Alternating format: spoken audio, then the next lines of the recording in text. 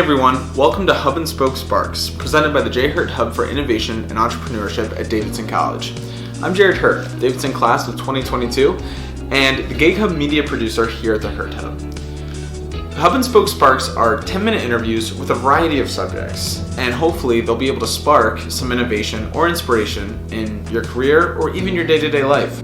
My name is Kevin Lewis. I'm the Chief Marketing Officer at Alimentation Couche-Tard, better known in these parts as Circle K. So we have about 17,000 stores in 26 markets around the world. I run marketing, merchandising, and customer experience across all these. I am a reluctant marketer. When I started my career, people went into marketing because they didn't like math, which meant people like me who really like math would never have thought of marketing as a career. So fast forward, and all of a sudden, marketing is all about math. It's about understanding quantitatively what's going on and how you influence consumers, their behavior, understand them. And all of a sudden, this world changes. So my younger me would never expect the older me to have a marketing title. Yeah. The reality is, given what's gone on in the world today, I'm thrilled. My team is a bunch of folks in a bunch of different markets doing everything from what we call the calculator team, data and analytics, and all of the things that decide how we price, assort, or promote our items. And then the crayon team, they're doing all of our creative, our customer research. It's a real nice combination of all sorts of things. I'm a reform management consultant, by the way, so after 10 years in strategy consulting, I ultimately decided to get a real job. It's led me around the world. Awesome. So, you talked a little bit about that surprise factor of not really knowing, coming out of college or business school or wherever you came from, like what you would be doing. Reflecting on that journey now, like what is one of the biggest lessons you learned from that career journey? It's now that I'm getting a little older, it's sort of humbling to realize that there was really no plan, and that's okay, right? Everyone says, what do you want to be when you grow up? I still don't know, and most of the folks I work with, they wouldn't either. The two things maybe along the way.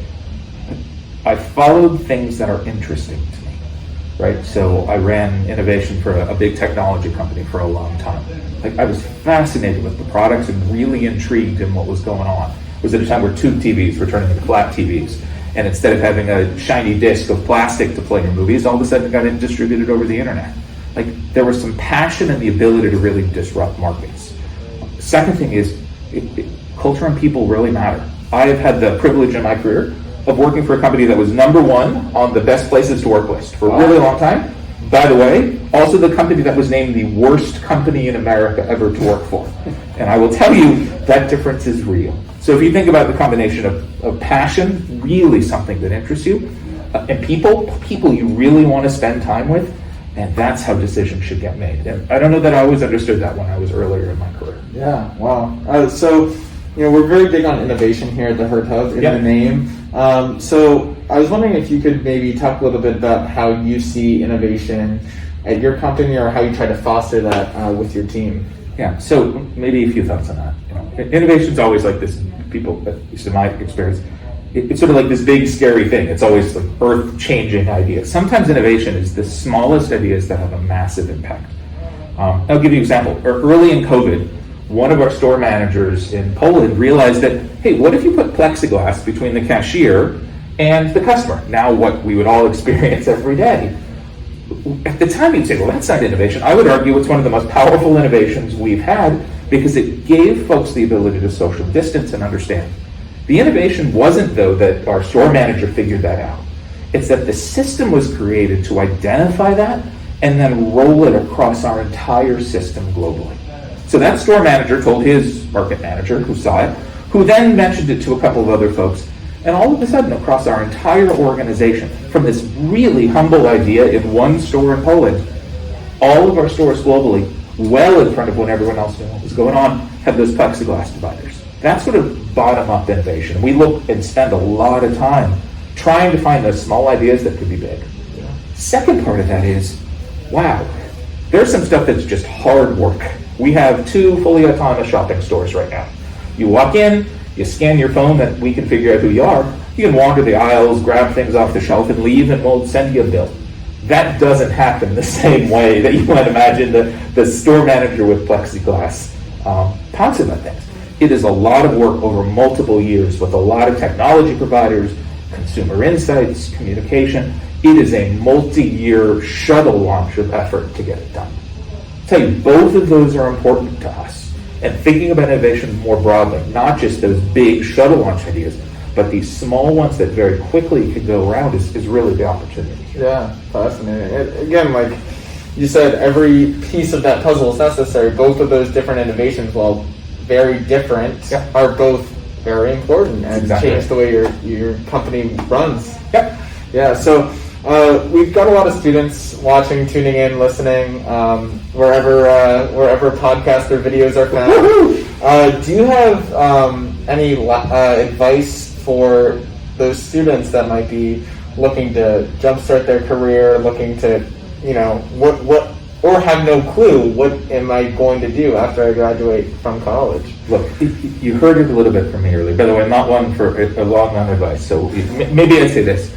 Everyone will always tell you, find something you love. I think that's really true. And you may just find it in the strangest places. I've always been a music geek and a wine and spirits geek. So if you look at my career, guess what I've done? I've worked with most of the major audio and video companies around the planet, and I ran a wine and spirits retailer for a long time. I had the pleasure of turning my hobbies into some things that I could make a living off of. I never expected that I would be running one of the largest convenience store chains. But if I really look at what's going on, it's massive disruption to our products, right? The conversion of fuel to electric vehicles is probably a once in a generation, maybe a once in a 10 generation sort of thing. The change in how retail is. Think about how many of you are using DoorDash or Uber Eats. Those companies didn't even exist, right? My advice is find places that you have some passion and find a group of people that you want to work with. And it may not be perfect day one. And I'm not suggesting, compromise on stuff that doesn't make sense. But inevitably, if you find those places that you get excited, I think there's going to be great success. And if nothing else, you'll have a good time doing it. And hopefully you'll be able to make a living after it as well. Great. Well, Kevin, thank you so much for joining us. Hey, it was a real pleasure. Yeah, you said you're big into music. Do you have a favorite band? I listen to everything. I used to say everything but country. And now that I moved here to Charlotte about 4 years ago, I have a newfound appreciation for country music. At this point in time, I will say I'm musically omnivorous is probably where I am. It's funny, I used to have that same catchphrase, anything but country, and I don't think I've converted quite as much as you, but I will admit I'm not totally there, but I'm headed down that path a little bit. Well, Kevin, thank you so much for coming. Thanks, a pleasure, man.